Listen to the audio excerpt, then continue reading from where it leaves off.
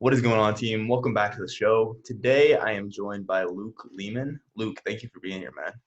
Hey man, thanks for having me on. Of course, dude. So, for the listeners who might not know, could you just give us a quick background on who you are and what you're up to? Yeah, I'll give you the Reader's Digest kind of bumper sticker thing. I've been in the industry pretty much my entire life. Started training when I was around 8 years old for like Texas high school football and also bodybuilding. Right, I grew up with all the golden era bodybuilders like Arnold and Franco Columbu and Frank Zane, and for me, for whatever reason, bodybuilding just did it for me. So I kind of started with that as a kid, and then moved into powerlifting when I was in high school, competitively, and also to get stronger for football.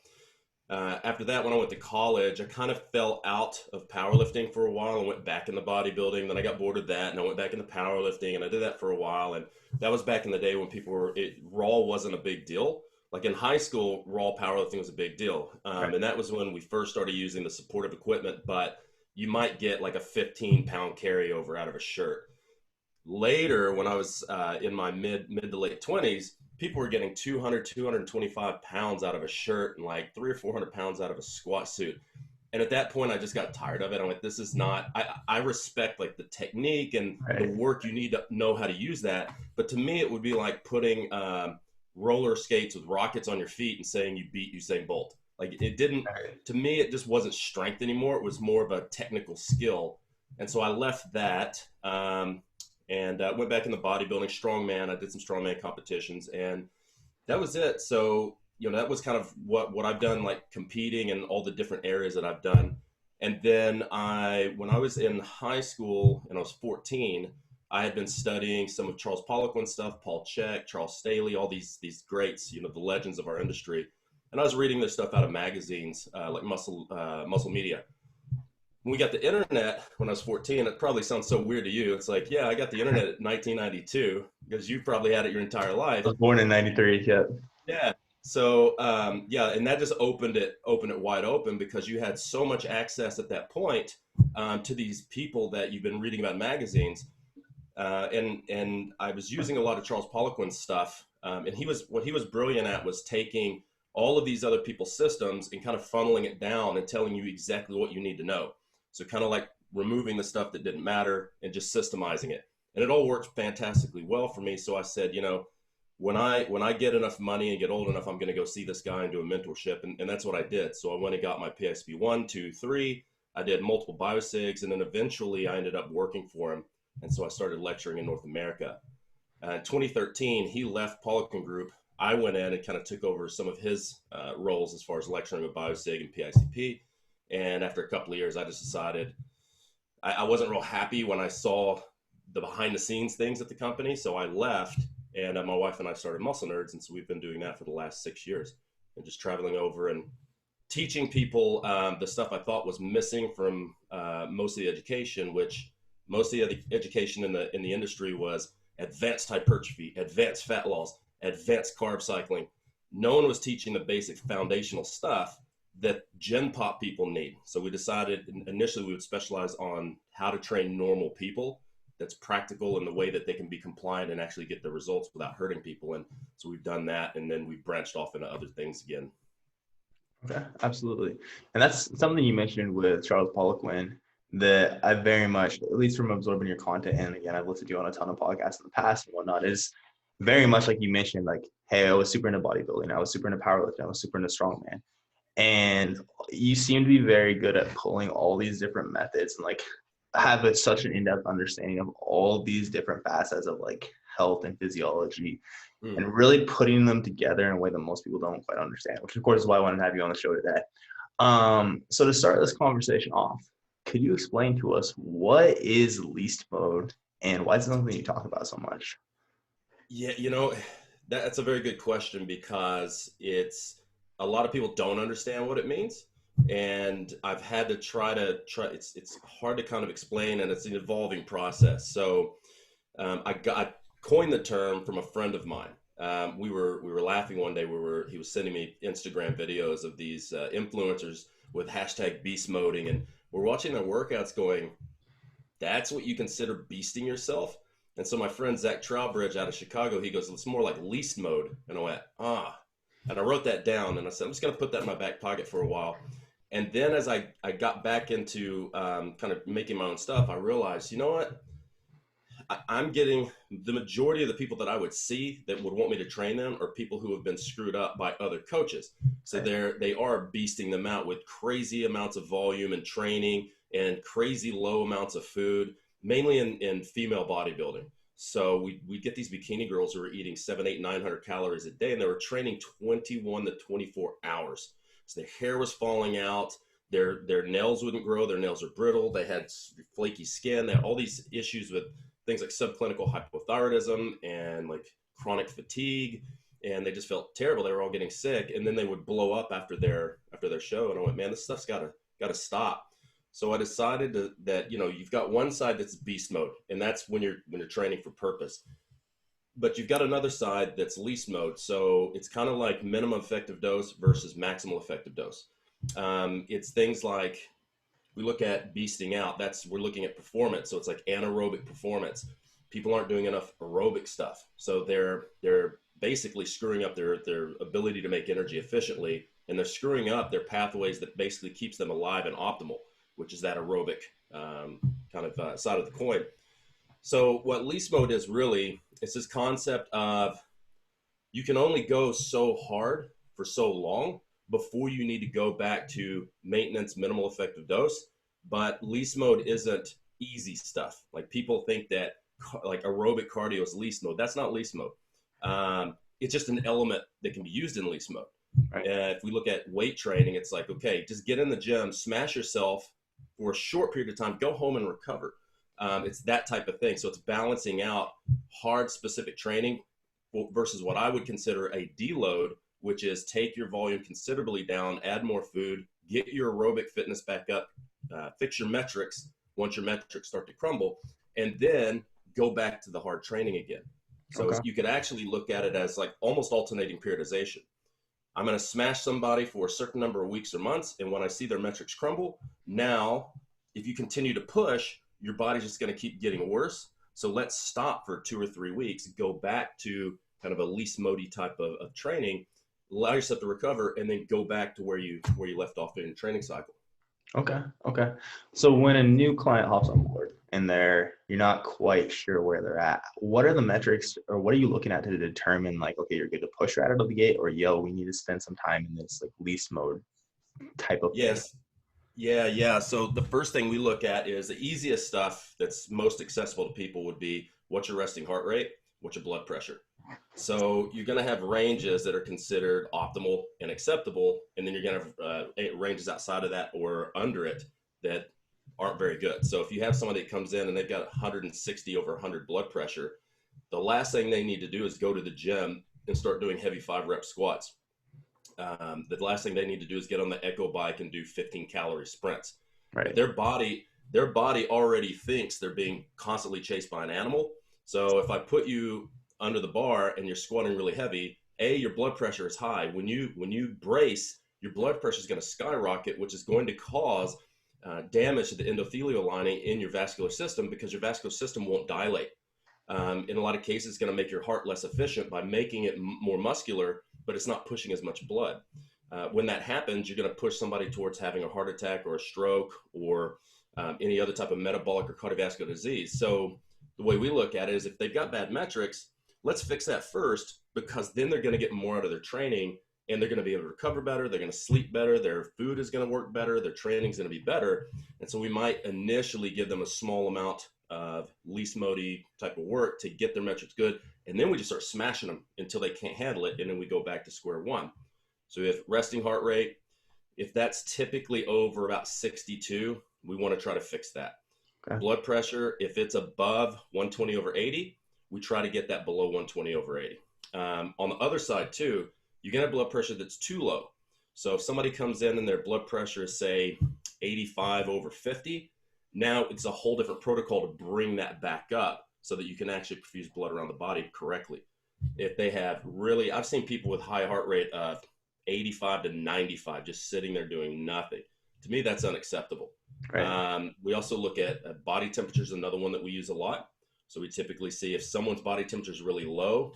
So let's say since you're in America, you probably don't know Celsius, but normal Celsius 36.8, plus or minus zero point 0.2 or so. If someone comes in and they've been chronically dieting and they're sitting at 35.8, their metabolism is not going to work well. Your body temperature has been associated with metabolic rate. So the first thing we need to do as a least mode protocol is take them back to maintenance for a little bit of time and fix their maintenance calories and then start their diet. There's a lot of stuff we look at for there. There's a lot of in-gym testing we can do as well. So we teach a real dirty way of doing VO2 max.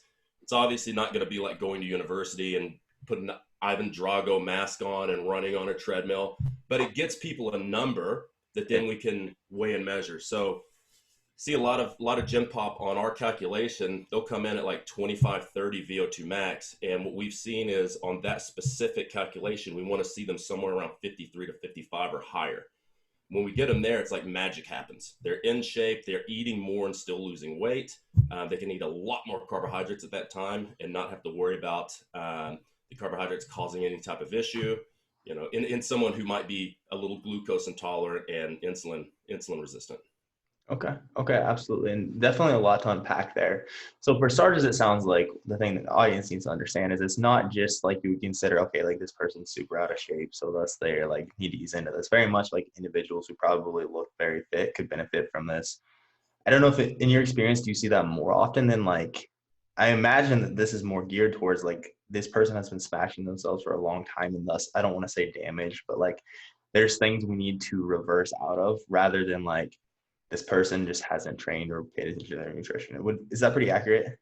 Yeah, and the thing is that you look at progressive overload, that can mean a lot of things, right? If another coach might be smashing themselves with progressive overload and too much volume and not taking care of recovery. And they could have the same horrible metrics as someone who doesn't do anything, and their metrics are bad because they work 80 hours a week and maybe they have a toxic relationship with their partner. Maybe they're the CEO of a Fortune 500 company. They'll actually have metrics that look like a high level powerlifter that doesn't do their aerobic conditioning or doesn't do any type of conditioning. You see the same physiological manifestations of the heart they'll have an athlete's heart, but they don't have the vascular system to manage it. They'll have chronic fatigue. They don't sleep well, sleeping 3-4 hours a night. They can't take a solid shit. Maybe they crap at once every 10 days. Like, that's not cool. Right. And then these things go up and down, right? So in an acute sense, when you have acute sympathetic drive, that's going to drive your numbers up. Blood pressure gets higher. Blood sugar gets higher. Dyslipidemia gets worse. Triglycerides go up. Because you basically are in a sympathetic fight or flight zone. That could be from physical activity, but that could also be from mental and psychological stress as well. But then a lot of times you'll see a lot of that stuff crash too. So when you see most guys they'll typically have elevated blood pressure and elevated blood glucose and elevated heart rate.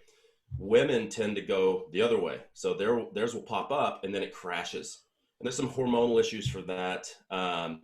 There's probably some differences in a mindset versus a female and a male on how this goes. Women tend to be a bit more protected because of their hormones, right? And their mental space tends to be a bit better than guys as far as they don't tend to smash themselves with like job stress as much as men do, right? Maybe it's an ego thing, maybe it's who knows, right? But right. You'll typically see most of the guys that I see should probably do a little bit less resistance training and a little bit more cardio and yoga. Most girls probably need to do a little bit less conditioning in yoga and actually smash some heavy weights instead. And because the heavy weights will drive your blood pressure up, whereas the cardio will bring your blood pressure down. Okay. So let's say like that dude that is working 8 hours a week, he's just stressed as fuck, and that's like one of the biggest issues here. So okay, dude, like he's, let's say, lifting, a busy dude, he's lifting 5 days per week as well, right? Or maybe 6. Like he's crushing himself in the gym as well. So from there, like, when we're like putting together, okay, we need to get you into this like least mode phase for a bit. What are kind of the main components of like with training or aerobic work, like what are we looking to, what's this? And again, this is like asking a very general question about Yeah. and asking you for a very specific answer. So please be as general as needed. But when we're kind of putting together, okay, so here's like probably like we're gonna start chasing this with your aerobic system, etc. Can you dig into that a little bit? Yeah, so it's all individual, right? Depends on what's got them there. Mm-hmm. So first thing is determining how much work you actually need to get your goal, right? So this is the problem with guys. Guys will go in the gym, they'll spend 2 hours in the gym.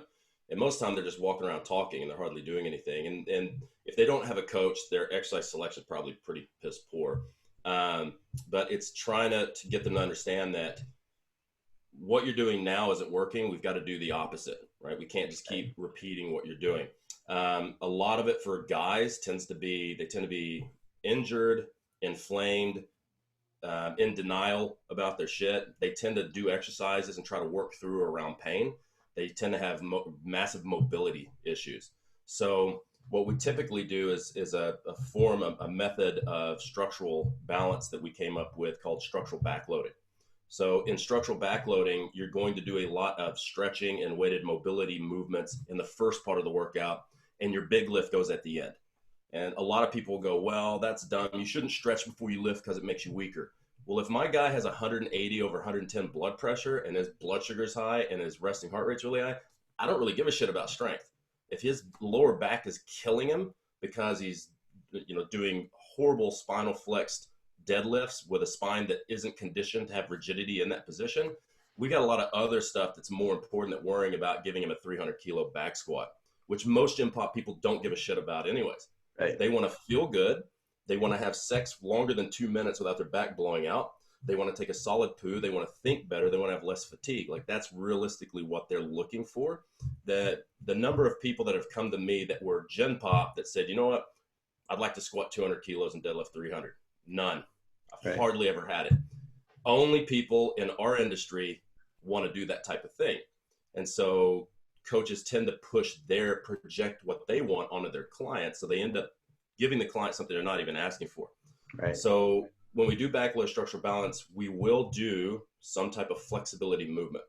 And what we tend to do is we find the areas in the body that are pulling the bony structures into a position that's not really conducive for full range lifting or loaded lifting. So it might be something like, maybe it's the quad. You've got a lot of tension from the middle of the quad down to the knee. Okay. That's not going to be great when you try to squat because your knee can't translocate properly.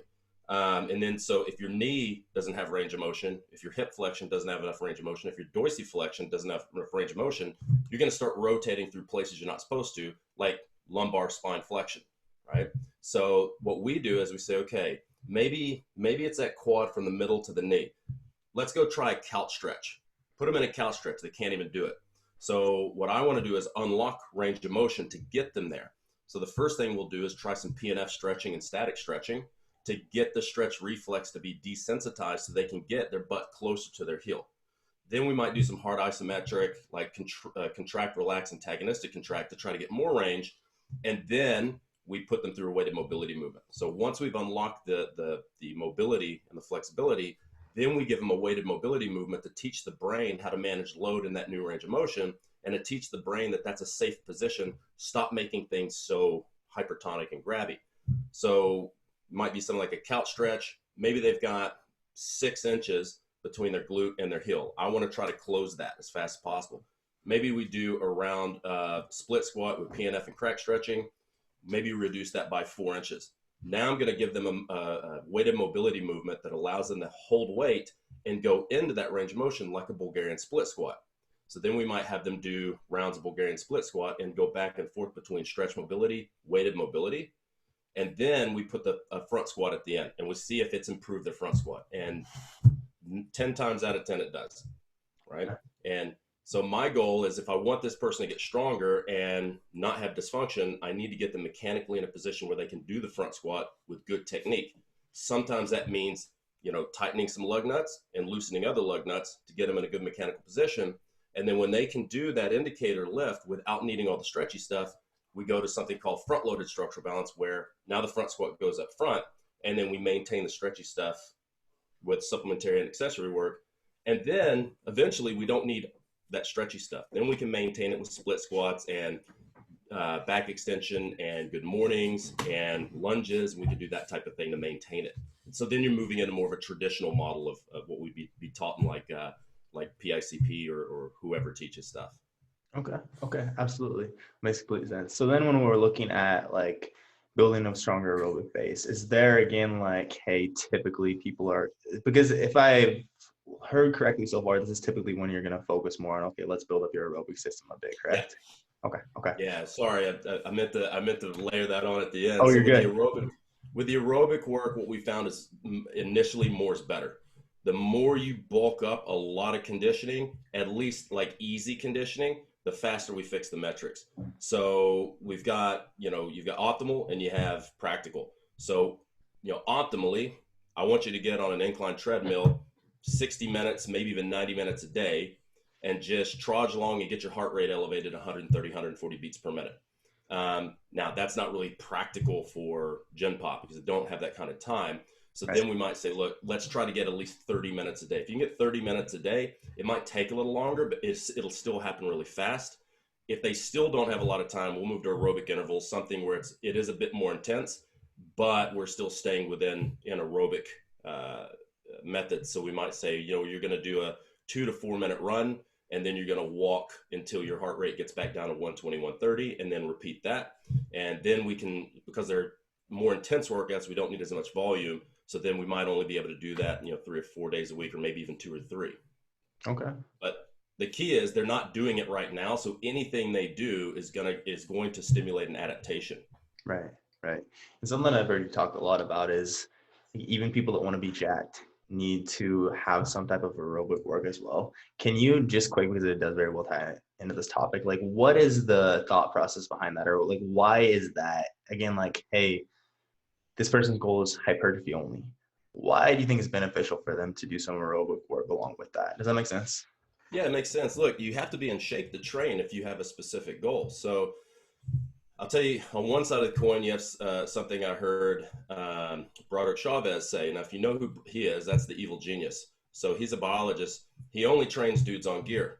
Right. And if you're a natty, he won't even talk to you. He'll refer you to someone else. So he's kind of at that extreme level of performance. And one thing he said about cardio, and he went on this huge rant in the seminar. He goes, if you think that aerobics is going to limit your gains, you're smoking crack. You know what limits your gains? Dying. Dying is horrible for performance. So if your aerobics is that bad that it's pushing you towards mortality, when you die, you're not going to get any better anyway. So you might as well take care of that now. And I was like, right on, man. That's perfect. Now, on the second thing, the more aerobic reserve you have, the more reps you can do without hitting lactate tolerance or lactate threshold. So if I'm doing a set of squats at 12 and my legs are on fire at the 4th rep, my lactate threshold is very poor. If I can get the aerobic ceiling higher, the lactate ceiling go higher, I'll actually be able to do more weight for those 12 reps. And if we compound that, now we've got progressive overload. We're lifting more weight in each session and we're covering better between sets and also between sessions. So you can train more and you can train with more reps and more weight, and that total volume tends to drive hypertrophy. Absolutely. And that's, again, I feel like when it's laid out like that, it's so simple. Like I love the saying, the aerobic system drives recovery from anaerobic bouts, right? But it's so easy to just get fixated on like what, like you mentioned earlier, like, hey, I'm going to bust out 15 calories on the assault bike as quickly as possible. And just like, even with cardio, it's so easy to get fixated on like all the anaerobic work. And it's so easy to overlook how important or what a difference maker the actually building up a better aerobic base can be. Yeah.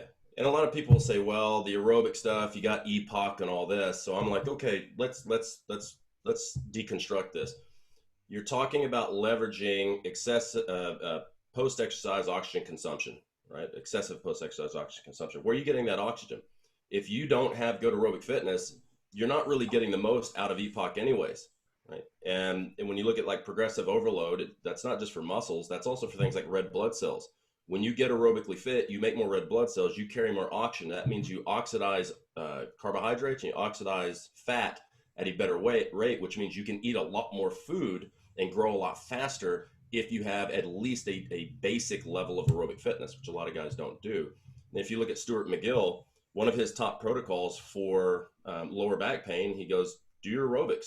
Do your aerobics because it tends to have an analgesic effect on the body. So whether that's going out and walking or doing your cardio, you need to do something, especially if you got a lot of lower back pain, which most of our clients do. Right.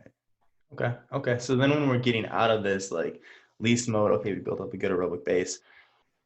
What's typically, and again, this is probably very specific, but what's typically kind of like that maintenance level of aerobic work that people need to do on a weekly or monthly basis to maintain a good, like all these metrics that you're looking at to keep those in a good place?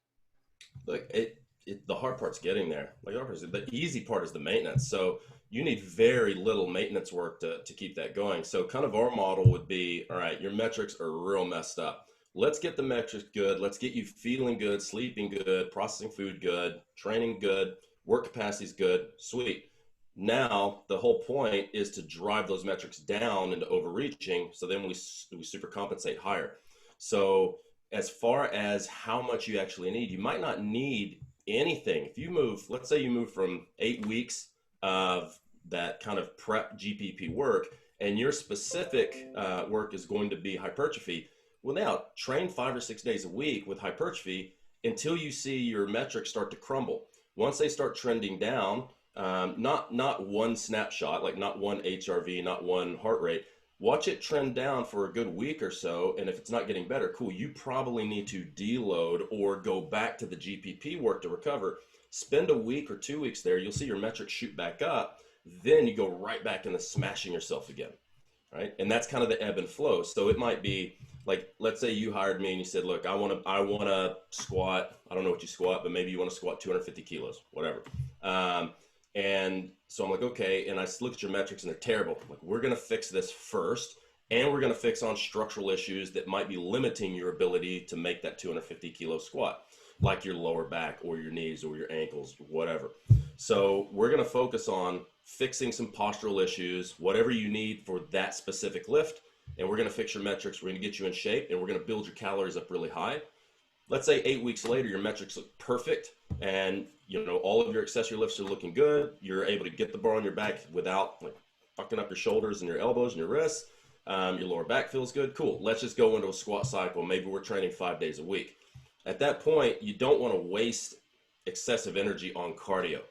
So you could leave it out completely because the detraining from aerobic work is very slow. You might make it 6 months before you ever need to do cardio again. But what we do find is most of the time when we get these people who are like hashtag F cardio, when we get them to actually do some conditioning, they start feeling so good that they don't want us to take it out. So then we might maintain it on an aerobic protocol that's really intense. Like maybe I give you two sets of Tabata on an Echo bike twice a week. That's plenty to maintain it. Plenty. And then you can just focus the majority of your work on just train with the weights and get stronger. To speak to that, I remember I was definitely on the like fuck cardio camp for the longest time. And I remember when I hired my first coach who actually like knew what he was doing and had some aerobic work in there as well. So this is fucking crazy, dude. Like I feel so much better. I'm not dying during like doing more than 8 reps of anything. Super insightful. So one last thing I wanted to dig into before we move on from like this least mode kind of topic is you mentioned, okay, some people we might not necessarily be set up super well to have as high of carbohydrates versus others are probably in a better position to do so. When we're going about, okay, like we're setting up this, and it, again, very specific question, but when we're setting up like this client's nutrition, like ratios of protein to carbs to fat, what are some general, like when we're trying to determine what that might be, what are some general things you're looking for there? Does that make sense? Yeah, it makes sense. Okay, so that's the thing. Nutrition is one of those things that people fight on nutrition worse than they fight about religion. It's like people are those religious cults. You have the keto guys, you have the carnivore guys, you've got, and everything in between. Time restricted eating, intermittent fasting, alternate day eating. You have all these people just fighting. They're all right and wrong for a lot of different reasons. It just depends on the context. So, on a base level, the research is pretty clear. If you just eat enough protein, you can get the rest of the stuff from carbs and fats as long as you match your calories. Probably doesn't matter if you have a long-term approach. But there's also a lot of evidence saying that if you're insulin resistant, a lower carb diet is probably going to be best for you. And if you're insulin sensitive, a higher carbohydrate diet is for you. So my model for this is to start most people on a lower carb diet initially, unless they're in a performance. If you're in a performance sport, like you're a marathon runner, a triathlete, MMA, you're going to need carbs. Like there's without a doubt. If you try to do MMA without carbs, you're going to turn into Ricky Bobby and you don't know what to do with your hands, right? You need carbs. Carbs are like nitrous for performance. So, but if Gen Pop, they're not that active, and realistically, they don't train that hard. They don't. This past weekend, my program design class, we had our practical, and I had them come watch me train someone for one session, and I think they were horrified at how hard I train her, because I've been training this woman for 8 months, and she's doing leg presses with 160 kilos for 20 to 25 reps, and she's shaking violently like she's Terrible. having an epileptic seizure. And I turned and yeah, if you want fast results, you have to build them to this point. You can go slow, or you can get fast results, and that's why she's lost 25 kilos in 8 months. But when we look at the early stages, if you have a high amount of body fat, you're probably going to have some systemic inflammation. That's just part of it. You're probably not going to handle carbs that well. That doesn't mean you can't eat a lot of carbs and still have success. But if you want rapid results, I just find that a lower carb diet initially helps a lot with lowering blood pressure, lowering systemic inflammation, making you more fat adapted, improving metabolic flexibility. And then when you lose a tremendous amount of weight, then we slowly start adding carbs back in, and we kind of do a reverse diet, but not with calories per se. We reverse diet on carbs. And as you get leaner, you earn more and more carbs, because at some point you're going to need that. So like women who are getting into that 25, 27% body fat range, you need to give them carbs. If a guy's getting close to that, I would say for most guys, like 17, 18%, that's when they need the carbs. And part of it is, managing hunger cues too. What I find is that when you're really overweight, you can diet on a lot less calories as long as you're taking your vitamins and cofactors. And the low carb stuff tends to make people not hungry. I have to make my clients set an alarm to remind them to eat. But there's a tipping point where now you can leverage carbs and insulin to increase leptin and increase satiety in the body.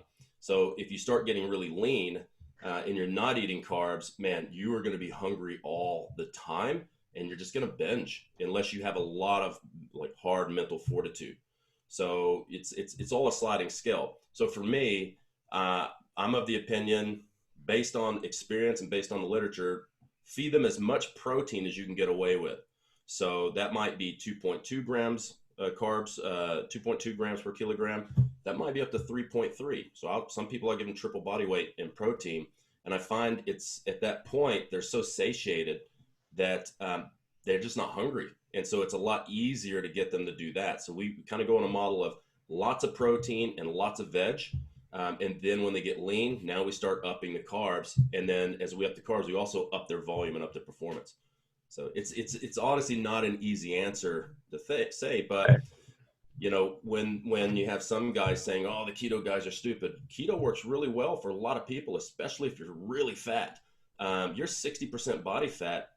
You don't really need any carbs. You have plenty of energy in the body. You don't even need that many calories. So I'll put people on low calorie, even carnivore style diet with some veggies, as long as they're on a multivitamin, multimineral. The hard part is once they start getting lean, you're like, okay, you're starting to get hungry. We really need to start upping the carbs. And they're like, oh, wait. So you have to have a proactive stance to say, hey, we're going to put you on more of a high protein, low energy diet. But at some point, we're going to have carbs. So you have to constantly tell them that, so that when it's time and you have the carbs, they don't freak out. Super insightful. And that was actually going to be one of my questions. One is, do you have trouble getting clients to adhere to like a lower carb approach like that? But it sounds like and then two, from like as you mentioned, like, hey, there's nothing wrong with like any of these diets, but also it's not like the biggest argument against keto is typically like, hey, it's not sustainable long term, but also like it's not something that you're pushing people like, hey, you are keto forever. And I don't know if even you're saying like always going low carb to the extent where you're in ketosis or not, but very much like it's a phase. And I do think that kind of random tangent, but a lot when we're looking at like more obese clients, especially, one thing that absolutely kills some people is just like, okay, this has to be so slow and sustainable no matter what. Whereas, like, as you said, I think that there's a lot of merit to many people where it's like, fuck, I have 150 pounds to lose. I don't want this to take Yeah. 4 years, right? So I think that's great insight to where, like, if it is a method that they can adhere to and will get them down there quicker, it doesn't have to be like, this is where we're at for the rest of your life, right? Yeah, it's just a phase. It's like, okay, I'm going to do a phase of structural balance. I'm going to do a phase of hypertrophy. I'm going to do a phase of strength. I'm going to do a phase of metabolic fat loss. The dieting's the same thing, right? So you might be on a phase of pretty low calories and almost all protein, like a protein sparing modified fast. You start losing a tremendous amount of weight. I mean, I have people lose 2.5 kilos a week on that. It's insane. And that's coming off of a keto diet, because I typically put them on a keto diet first, get them into ketosis so they're not hungry, and then I'll cut the calories. Not This is not something I typically teach in my classes. I save this for the mentorship guys, because you get 60 people, you have no idea how they're going to interpret that, and you don't want them doing anything crazy. But the way I look at it is, you're never really truly in a caloric deficit unless you're starving to death and dying. So you've got two places that you're getting energy from: exogenous food and endogenous food you've eaten in the past that you couldn't use that at that time. So my goal is to try to make up your deficit with the body fat that you have on. And then when your body goes, all right, I've lost a tremendous amount of these fuel stores, I'm going to slow this stuff down. Then we can start, cranking up the exogenous food to make up that extreme deficit. And then we usually use carbohydrates, but it's all phases, right? And that's the key. Right. Like, nutrition should be periodized in the same way that training and conditioning should be periodized. Absolutely. And the thing is, I don't want people to misconstrue what I'm saying. You can get there however you want: low carb, high carb, it doesn't matter. You have to find what diet works with your clients. Have a client that has binging sugar carb addictions, I'm probably going to put them on fairly low carbohydrate, high protein. If you have somebody who's an endurance athlete or some athlete that needs a high level of fuel and performance fuel, higher protein, and they're going to be more on a higher carb, lower fat diet. If the client wants treats, then I'm going to tell them, here, these are your calories, here's your protein allotment. You can have the treats as long as you get the protein, but I don't want you to go over the calorie allotment. I don't care if you get it through ice cream, Snickers, I don't give a shit. If you want to do a bodybuilder brotastic, chicken breast, broccoli and rice, I'm okay with that too. You have to find the eating profile that's going to fit each client to give them the best level of success, and try not to fit them in a box that they don't fit in. And that's what you'll see with a lot of coaches. They'll say, well, keto diet worked for me, or zone diet worked for me, or 70% carbs work for me, so that's going to work for everybody. But then it will, as long as the calories are set correctly. But if your client hates the diet and they're constantly binging in the closet so nobody knows, well, you failed them. You're not doing what's best for them, which is giving them the diet that's going to work for them biochemically, physiologically, and psychologically. Absolutely. I couldn't agree more, man. And taking it back to even what you talked about earlier about like the 300 kilo back squat or whatever. I think it's so important as a coach to like make sure you're not projecting like what you want or what you enjoy on the client, but rather like, okay, am I helping them get towards what they want the most? Yeah. But I did that so much when I first started, right? So how old are you? 28. 28. So I started training people when I was 19. So keep in mind, I'm coming from a gridiron football, powerlifting, physique background, and some lady would come in and want to be trained. And in my mind, I'm like, in 6 months, I'm putting you on stage. Or some guy would walk in, I'm like, in 12 months, you're going to do a strongman show. That's not what they're asking. I want to be unfat, not dick skin lean. I just want to be unfat and look good in clothes and drop a pant size. And I'm like, no, you want veins on your abs and you want to eat nothing and you want to perform. And then, over time, I that was the first half of my career. And then I realized, man, I'm failing a lot of people because I'm not listening to what they want. I was still of the opinion that everyone had to do pull-ups, dips, and deadlifts and squats. And you just force people to do that when they absolutely hated those exercises, and those exercises cause pain. Right. And now my thing is, I train people with traditional stuff, but we're using a lot more human movement things. I'm using a lot more animal flow. I'm using a lot more weighted mobility, a lot more gymnastics training, and blending that with traditional. And I find that clients like that stuff a lot more than just doing a stock standard strength and conditioning program, unless they're younger, like in their 20s, and they still feel like they need to, that the young guys still think that having a massive deadlift is going to get the ladies, and no one cares about that but your other powerlifting buddies, right? Very insightful, man. So let's take this to then. Basically, we talked through, okay, we have least mode, and it sounds like generally when you're going into, let's make this somewhat specific to hypertrophy, I suppose.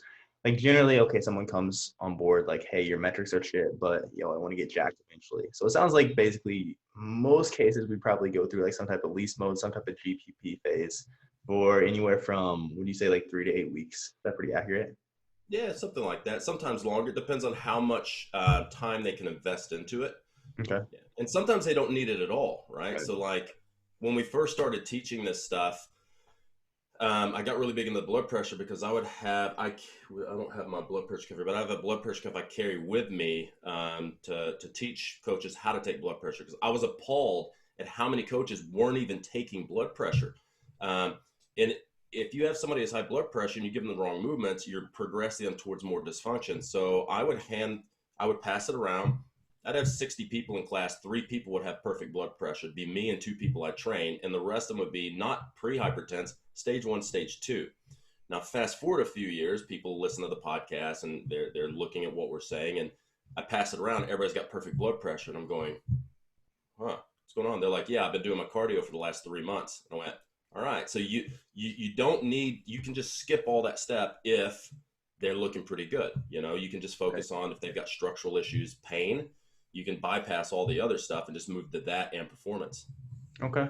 Okay, cool. So then let's dig into like, okay, we do get to, okay, we're ready to push for hypertrophy, right?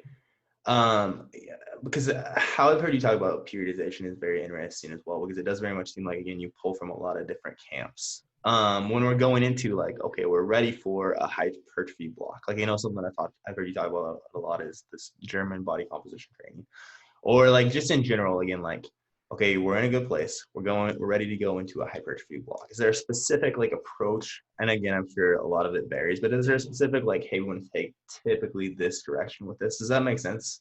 Yeah.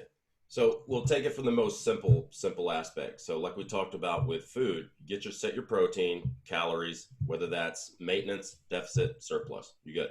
So hypertrophy is the same thing. Like you can hypertrophy on any protocol you do as long as you do enough work. You can hypertrophy on German volume training. You can hypertrophy on giant sets. You could do trisets. You could do standard 8 to 12 bro-tastic bodybuilding. Like it doesn't really matter. You just have to push the muscles to a high enough intensity to make them feel like they need to get bigger, and you need to do it often. So it's getting big and getting strong is very easy. It's just lift heavy, eat heavy, sleep heavy, wash, rinse, repeat. You do that long enough, you're gonna get big. Like people try to overcomplicate this, but we work on kind of two models. So I've got density training, which would be like trisets, giant sets, things like that. And then on the other side, you've got percentage-based training. So if we look at standard, what we would consider bodybuilding hypertrophy, we're looking at somewhere around 67 to probably 80, 82.5% of your 1 rep max. So if we're doing rep ranges and sufficient amounts of volume, and we're lifting to what I consider failure, or at least concentric failure, which is you lift until you get one kind of ugly rep. One rep doesn't look or feel like the others. We're done with that set. You've pretty much pushed that. You've got probably no more reps in reserve. So we'll put them to concentric failure, wash, rinse, repeat that with a lot of food, a lot of rest. That's it. That's the magic formula. And then, there's a lot of fighting on things like sarcoplasmic hypertrophy and myofibrillar hypertrophy, blah, blah, blah, blah. If you want to get big really fast, you use, hypertrophy rep ranges, because that's going to cause inflammatory cellular swelling. You're going to look big quick. The only problem is that's kind of easy come, easy go. If you stop training, you're going to deflate quite a bit. When you look at 85% up to super maximal lifting, you tend to have a different growth stimulus, which is more mechanical in nature. So things like myosin and actin cross bridges, those fibers, all the muscle fibers start to get thicker because they have to get thicker to grow to handle higher and higher loads. So you've got a trade-off. You can use sarcoplasmic hypertrophy to swell, and you're getting a little bit of monofibrillar hypertrophy, or you can use the monofibrillar hypertrophy, which tends to make you bigger in the long scheme, but it's slower. It's a longer process, but it's more lasting, right? Now, with most of my gym pop clients, if they're not a good accomplished lifter, if they're not a coach or an athlete, I tend to stay away from anything below 5. I tend to say, our block is from 6 to infinity and beyond, until they've trained with me long enough that I know they can handle doubles, singles, triples, 4s, 5s. But we're talking most of the clients that I deal with, we wouldn't be doing any of that until they're training for 18 to 24 months. We have to build the canoe before we put a bigger cannon on it, right? Right. So that was kind of a Fred Hatfield saying, right? You can't fire a cannon from a canoe. Right. So for me, the canoe is your body structure, and the cannon is your nervous system. So I need to spend enough time. If I want to put a bigger cannon, I have to build a battleship. I can't just keep putting a bigger cannon on the canoe, or eventually the canoe is going to sink. Okay. Absolutely. Yeah. Absolutely. So I think that's a pretty solid breakdown. When you're digging into then exercise selection, are there some typical fundamentals of like, hey, here's what we're looking for? Again, like, okay, you're training for hypertrophy, here's more so what we're looking for versus the other goals. Or can you talk us through your approach to that?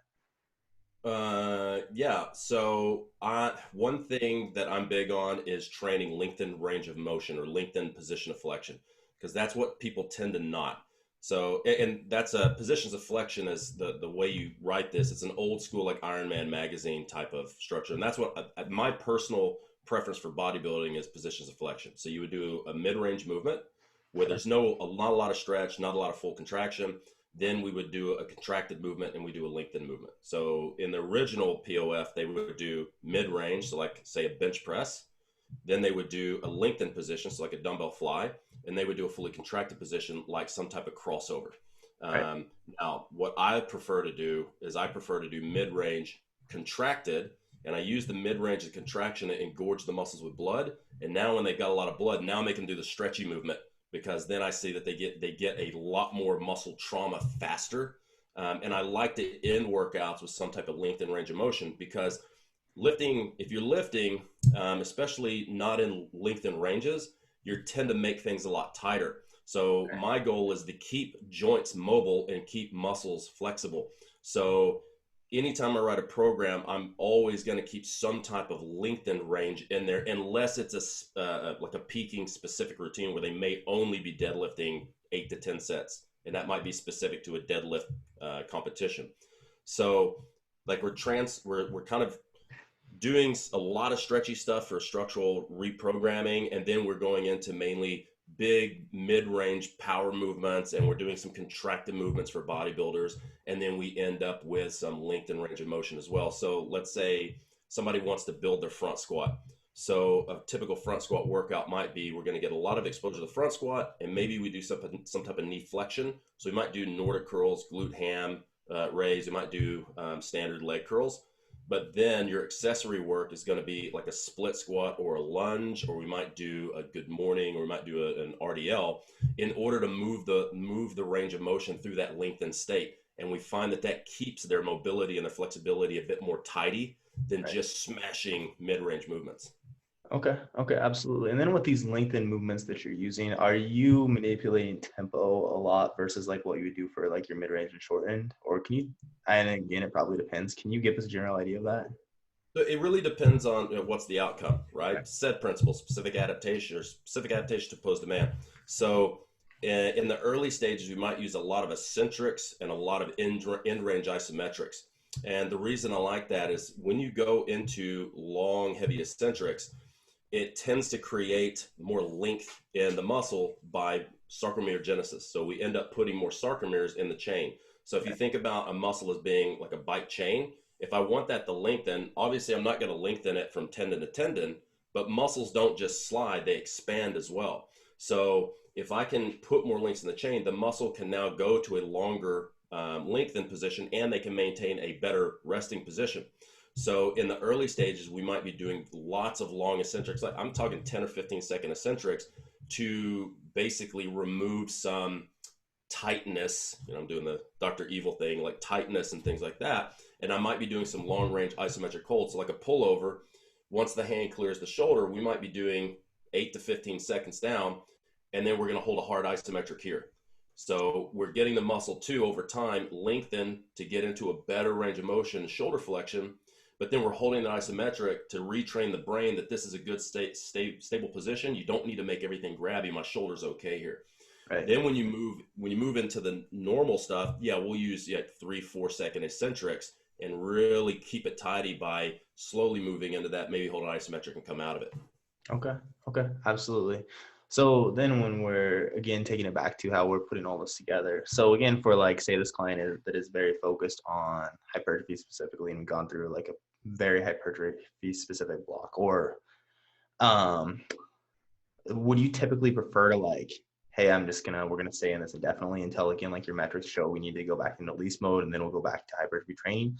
Do you like to work in like more strength specific phases, or is it kind of like, hey, this is all somewhat blended together? Does that make sense? Yeah, I typically keep a lot of blended stuff together, but if we need high levels of specificity, then you got to work on specific things. So with the strength work, if somebody's desire is to make a movement stronger, then we'll do more strength specific work until they get to the point where the metrics drop. I tend to see the metrics drop faster with the strength work. As you look at like central nervous system fatigue typically is attributed to volume, but when we look at the things like HRV, I tend to see those skew worse when you get into more neurological type training, because it tends to ramp up the nervous system. And if you keep the system ramped up, eventually it starts to crumble. So, so like if I'm going into a big, say, 3 to 4 month mesocycle of hypertrophy, we'll rotate through various hypertrophy methods based on the percentages or based on how many total reps per set, like density.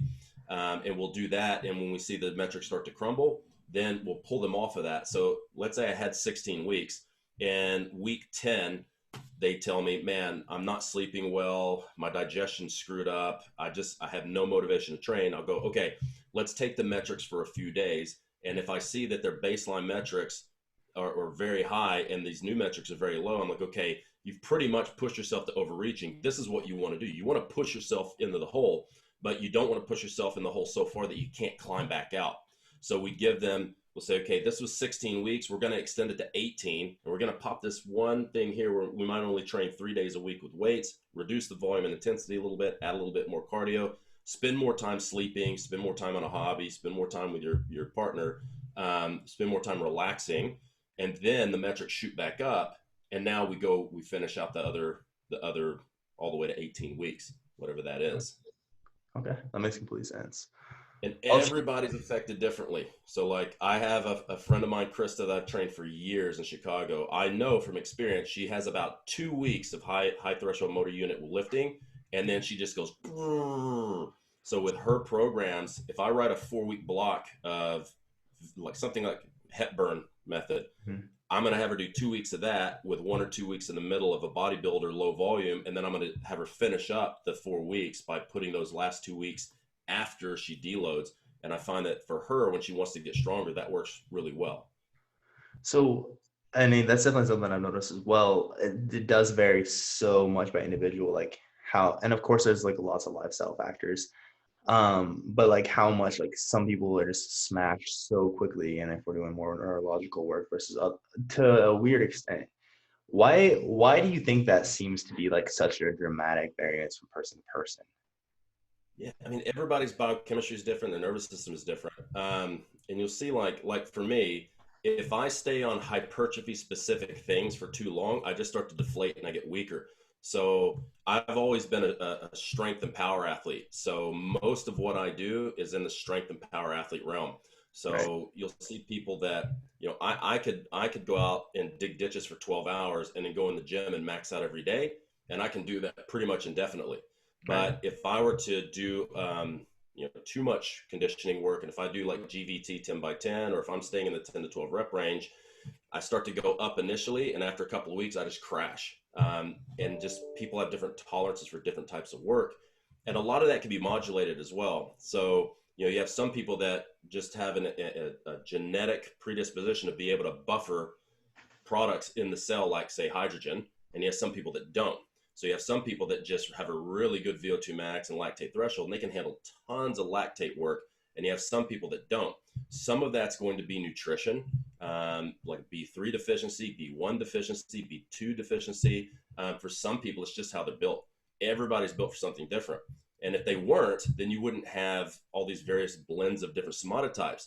Right. If you're on that kind of ectomorphic side, you've got a really small bone structure and really long limbs, you're not going to make a great power lifter, right? But if you're on the other side, like me, with a big, heavy bone structure and a lot of muscle mass and heavy skeletal system, I'm great for producing power. I'm never going to be a world champion marathon runner. So you just kind of have to find what fits for your body type. Right. Okay. So interesting, man. I feel like so much gold in this entire conversation, and I know everyone listening will have taken a ton of value from this. I want to be super respectful of your time, man. So before I let you, I have to pee super bad as well, so I'm gonna let you go here pretty quick. But before I do let you go, will you just tell the listener where they can find you and anything at all, like any courses, anything you have coming up? Yeah, so musclenerds.net is our webpage, musclenerds_health for the Instagram. We're not very active on Facebook. I don't think anybody is these days. So you can find us in those places. If you ever want to ask about a course or do online training, we do courses, we do mentorships, we do consults. That's at info@musclenerds.net. And so kind of our flagship thing is program design, where I teach all of this stuff. And so we're using, it's an evidence-based course from the standpoint of we do look at the literature and we're evidence informed. We're not typically evidence-based in the traditional sense. Evidence comes from a lot of different areas. If you've been training like I have your entire life and training other people for over 2 decades, you have a level of experience or evidence that comes from experience. And sometimes literature hasn't caught up with that. But then you also have to be based on the literature and understand where the limitation of literature is, but also where the limitations of anecdotal experience is. So we created a large flagship program designed to get people to think. So what we do is we're teaching concepts in a way of critical thinking, not just giving you a bunch of methods that may or may not work for your clients. So we've got that. We have an online, very inexpensive foundational nutrition course online. That one's all online. We have one that's an online video training course. So if you're getting into online training, but it's different than what you normally see. This is more about how to set it up, how to talk to your clients, how to communicate. It's not really teaching you how to write the program. It's just teaching you how to deliver it in a way that gives you a high level of service. That's so needed, though. I think that's like the biggest thing that most online trainers are missing. It's massive. They're jumping into online training, but they don't know how to deliver a really nice product, and they don't know how to listen and communicate with their clients. So we have that one. I'm developing a gut course right now, which will basically be digestion and assimilation, and then basic stuff like if people's bloating, if they've got diarrhea, constipation, here's all the possibilities. Here's nutrient deficiency you need to worry about, how to improve someone's digestion, because realistically, that's part of recovery. If you don't digest and assimilate your food properly, you're just not going to recover, and you could be wasting a lot of food. It could be very expensive. You get guys who are skinny and they're eating 7,000, 8,000 calories a day and they just can't gain weight. Maybe it's not the food. Maybe it's your ability to get the food to the cell that's the problem. So how do we figure that out? So we got a lot of stuff. I have some rehabby treatment stuff I'm working on right now with kind of like the way we do structural balance that integrates flexibility, mobility training inside of the workout. I'm just trying to get it all laid out, strategize how I need to teach it, because it's a complex thought process, but the protocols are fairly easy if you understand what you're doing. So yeah, we got all that, and online training, all that stuff. So do a little bit of everything. I will link all that up in the show notes. Yeah, you guys do have a lot going on, but again, I'll make sure all that is in the show notes. Personal Instagram as well, dude. Great memes on there. I had to shout you out for that. But again, man, this has been awesome. Thank you for being here. Yeah, man. Thanks a lot. Appreciate it.